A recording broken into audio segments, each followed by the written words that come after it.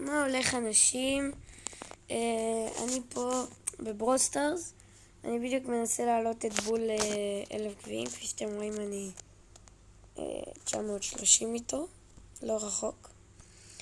והיה לי עכשיו משחק משוגע די, והיה בו באג הזוי שעזר לנו לנצח.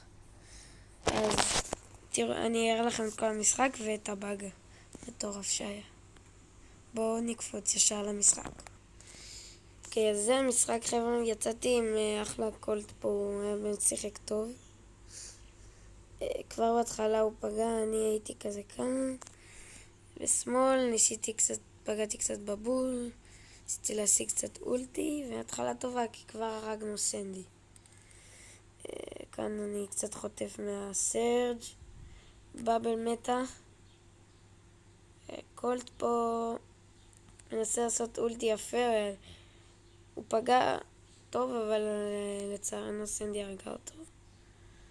כאן אני עושה פה קיל וכמעט הורג את הסנדי, אז עשיתי פה מהלך שהביא לנו ספייס, קצת מקום לאוויר, כי יש להם קומפ די טוב. עכשיו, הם קצת יצאו להתקפה, אני קצת חששתי כי לסנדי פה יש הייפר צ'ארג', ואז בעצם אחלה אולטי של הקולט לפתוח קצת את המפה בשבילו. ואז הבאבל עושה פה טעות קריטית, עושה הייפר צ'ארג' ממש גרוע. הקולט מצליח קצת לפגוע, אבל לא להרוג, והוא מת, ועכשיו אני כזה, אוי לא, זה גול. איכשהו סנדי מחטיאה את זה, ואנחנו עדיין ב-0-0 חבר'ה.